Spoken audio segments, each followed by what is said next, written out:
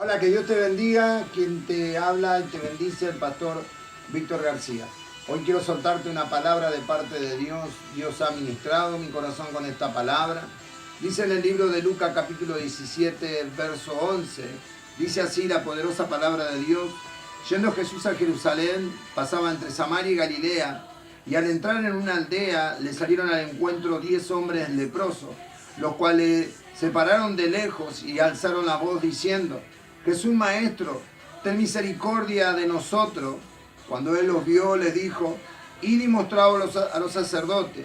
Y aconteció que mientras que iban, fueron limpiados. Y el mientras es el mensaje que hoy quiero compartir con tu vida. El mientras es un proceso. Ellos estaban con una situación, ellos tenían una aflicción en su vida, ellos llevaban una aflicción en su cuerpo. Y dice que se pararon delante de él y alzaron la voz. Yo sé que tú que estás ahí escuchando, por ahí puedes estar pasando por un proceso. Los leprosos venían pasando por un proceso, pero cuando se pararon delante del Señor, empezó otro proceso en su vida. El proceso trae bendición, el proceso trae victoria. Y dice que mientras que iban, en el proceso, ellos fueron sanos. Yo no sé por lo que estés pasando hoy, qué es lo que está provocando angustia a tu vida, cuál es tu proceso, si es alguna enfermedad, si venís luchando con tus hijos en la droga, si venís luchando con tu familia en la delincuencia, si venís luchando con tu matrimonio, si sentís que el ministerio te está pesando demasiado, si algo en tu vida se está haciendo una lepra y necesitas a Jesucristo, y necesitas el proceso. Escucha, hoy quiero compartirte esta palabra, porque quiero decirte que en los procesos también hay victoria.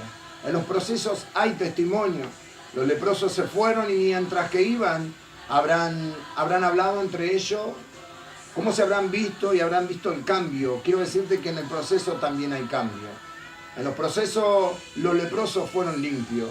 En los procesos habrán visto el cambio que había entre ellos. Quizás por el momento no estás viendo, estás orando, estás clamando y no está sucediendo nada. Quizás estás orando por sanidad y las cosas se complican. Estás orando por restauración familiar y las cosas se complican. Estás orando por tu ministerio y las cosas se complican. Escucha, Dios escuchó tu clamor, Dios estuvo atento al clamor y hoy, aunque el proceso sea difícil, quiero decirte algo. Volverás delante del Señor como aquel hombre que se acercó y dijo: Señor, yo fui uno de aquellos. Yo sé que vas a volver como ese número 1. Eran 10 los que fueron limpios, pero uno volvió. Vas a ser el número 1. Yo quiero que hoy tomes esta palabra de que serás el número 1, porque solamente aquel que sabe pasar por el proceso se transforma en el número 1. Escucha, en el proceso hay bendición. Aunque te esté doliendo, aunque sientas que no puedes más, aunque sientas que quieres dejar todo, mi vida ha pasado por un proceso. Mi ministerio ha pasado por un proceso. Con mi familia hemos pasado por un proceso. He pasado por un proceso como siervo de Dios. He pasado por un proceso como padre, como esposo. He pasado por procesos. Y hoy estoy entendiendo lo que es pasar por un proceso como pastor también.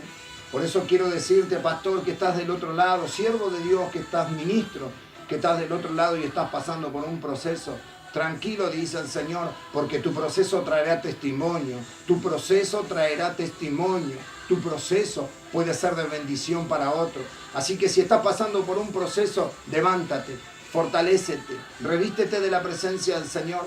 Dice la palabra: toma toda la armadura de Dios para que puedas estar firme y resistir en el día malo. Escucha, el día malo son las estrategias que el enemigo tiene en contra de tu vida.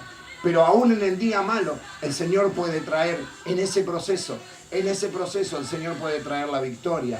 En un abrir y cerrar de ojos, la victoria puede venir. Así que estás pasando por un proceso, hay una situación difícil, la enfermedad, la aflicción, la droga, la delincuencia. ¿Cuál es el problema? Tu carácter como ministro, tu carácter como siervo, los pecados ocultos, los pecados no confesados. Hay un proceso, está siendo procesado. Entonces quiero decirte algo de parte de Dios. Si está siendo procesado, es porque en el proceso Dios está haciendo un testimonio. Será un testimonio para la gloria de Dios.